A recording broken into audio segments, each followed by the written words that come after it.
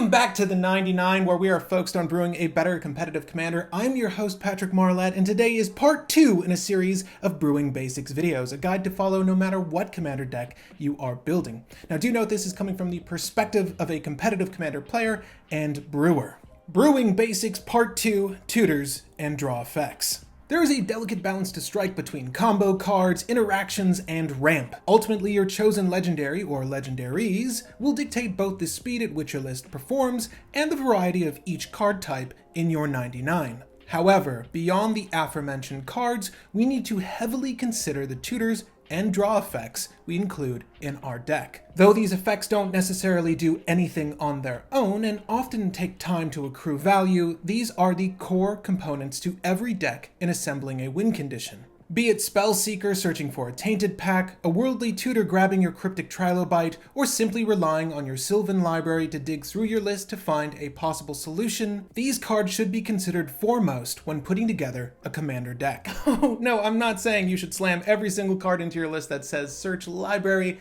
No. However, do take inventory of the cards that work towards a combo, that help to serve and protect your combo, or stop an opponent's combo or general deck strategy. Now, if the tutor you're considering helps with one of these three tasks, it's likely worth a spot in your 99.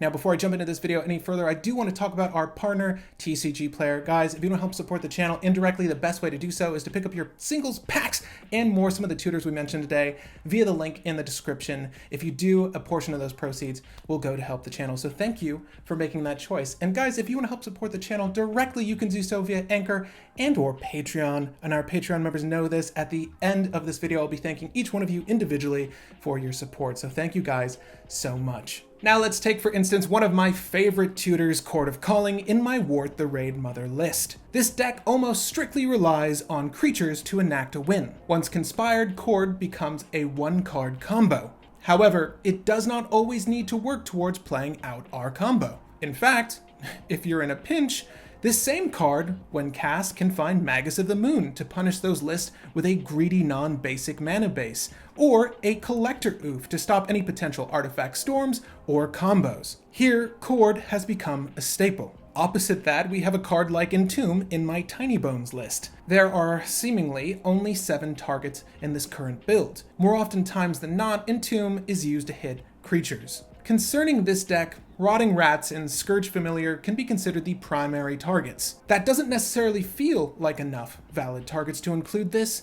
even though Scourge is part of a combo for the deck. It seems like a space that could go towards more targeted discard. However, what if Yawgmoth's Will is in our hand? That whole equation now changes as the list of potential targets for Entomb has become exceedingly better. Here's my general rule of thumb when it comes to tutors. If there are at least 2 valid targets for every single tutor, you should play it.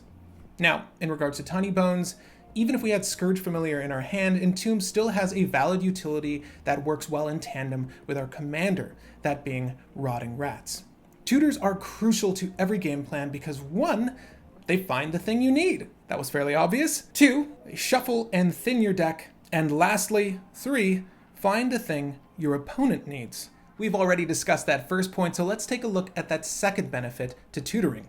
Certain commanders let you look at and play the top of your library. Furthermore, certain cards let you rearrange or organize the top of your library. Situations will arise where you simply need to hit your land drop for turn, or find a piece of interaction that your tutor cannot find for you. Casting the tutor has its own inherent value, as we've discussed, but do not neglect the ability to shuffle your library. It gives you a new opportunity of playline and allows your top deck manipulators to achieve the most value. Also, in the aftermath of a tutor, your deck's card count has been reduced. This may seem insignificant, but these multiple tutors add up to statistically offer the player a better probability of hitting something they need over one of their basic lands. Thinning is winning, my friends. Do not let anyone ever tell you otherwise. When you see that monocolored list with all of the fetch lands, understand it's because with each successive tutor, that player has an increased likelihood of top decking something they actually need. Guys, 1 tutor in the hand is worth 2 or more searchable items in the bush. The bush being your deck. You get the idea.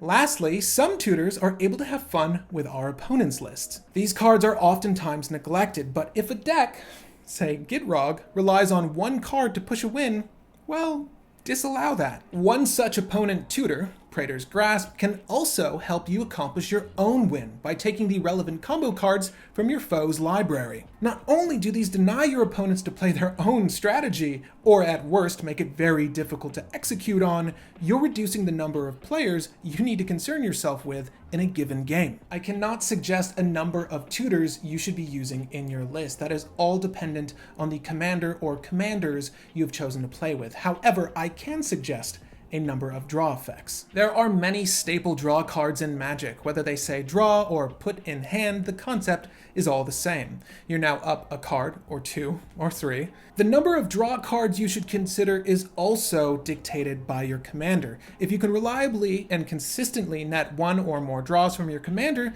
that's usually the primary source of draw for the list. However, in cases where your commander isn't drawing you cards, I advise you add at least 4 to 6 options that are either immediately tutorable or are repeatable engines. In my Tiny Bones list, you'll notice I've avoided cards like Necropotence and Dark Confidant because Mr. Bones is just that good at drawing himself. And we don't like the life loss. However, we still do use cards like Ad Nauseam because nothing fills the hand quite like it. It is one of the best cards in Commander. However, you'll notice in my Marath list, we use cards like Skull Clamp, Orin Frostfang, and Sylvan Library, all immediately tutorable and essential draw cards. 4 to 6 draw effects should be considered a minimum, not a maximum. Early game, you should be prioritizing finding these repeatable draw engines. And to clarify, a repeatable engine in this instance is a permanent that can repeatedly draw you cards.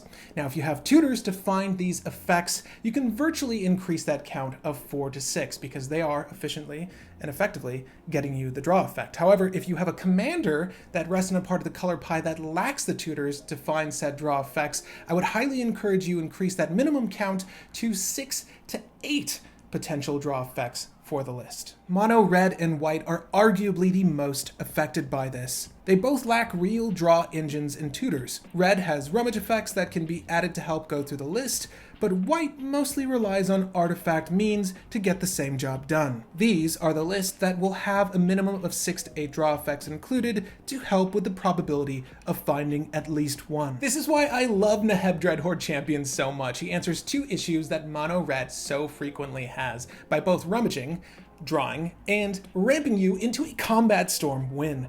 Easily one of my favorite commanders. However, no commander is without fault, but we can fix them with proper deck construction. And in our next Brewing Basics video, we will talk about the second most important element of a deck that's not tutoring or drawing.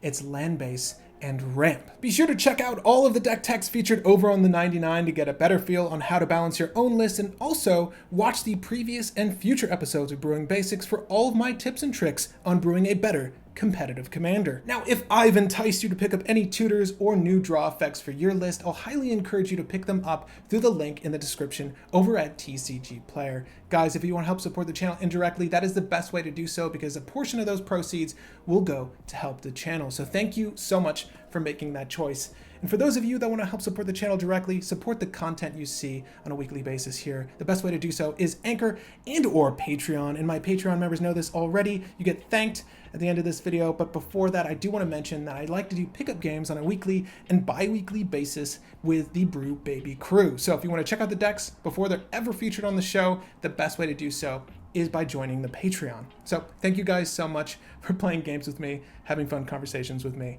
and of course, just enjoying MTG in general. And those people, some new ones today to talk about. Nick, Alexander, a spaceman and student, Eternal, thank you so much for your patronage. Matthew, Rod, Nomad, and Gunblade Knight. I don't know how I thought I was going to count up to everyone on one hand. Thank you so much for your patronage. Austin Taylor, P. Dizzle, and Jeffrey, thank you so much for joining the Brew Baby crew. Ave, John, Just Me, and Rory, thank you again for your patronage. Brian, Mikey Boy, Trevor, and Landers, let me know, does the Brewing Basics help you? This is mostly steered towards folks just getting into this game of ours, this format of ours, but let me know if it's helped you at all. I'd love to know. We always get brewing questions over on the Discord, so this is almost to clarify some of those questions as well. Paul, Corwin, Schmamby Tenenbaum, and Tim, thank you so much for your patronage. Adrian, Carlos, Kevin, and Sir Fluffykins, thank you guys for your patronage. Matthew, Kevin, Submox1, Adam, Dante, and Sarah, thank you for your patronage. You guys and gals are the best. Joshua, I should say, Matthew, Renell, and Trent, you guys are the best. Thank you for your patronage. Gregory, Harry, Dave, Leonardo, and Christopher. It's a Pikachu. Sick. I only ever collected Pokemon. I've never played Pokemon. It is a goal, though. I would love to just play. I don't know if Venusaur is any good in cards, but I would love to play a list that featured Venusaur. Carl, Craig, Mason, and Paul, thank you guys for your patronage. Jake, Gulius, Xiaofan, some of the best Magic players I know. I say it every week, maybe not consistently with who I name, but they know they're the best. Bruno, Jason, Kev, and Allie. Love you guys. Burden, Josh, Clyde, and Shaded, thank you so much for your patronage. Frank, Jorn, Jared, Brendan, and Shord, some longtime members there. Thank you all for supporting the channel for as long as you have. Nathan, Javier, Oliver, and the Holy Knight. You guys are the best. Let me know in Patreon and Discord what content you've enjoyed the most. And we've talked about this before. Brew Wars is on my mind. The deck techs are always on my mind. But I was discussing a potential unboxing of Double Masters, which comes out very soon. So Justin and I might do some drafts here. So hang tight for that, crew. Sam, Running Red, Jordan, and Luke, Leon, and Mace. Thank you guys so much for your patronage. You all are the best. Again, my name is Patrick Marlett, and happy brewing, crew. Babies. Babies.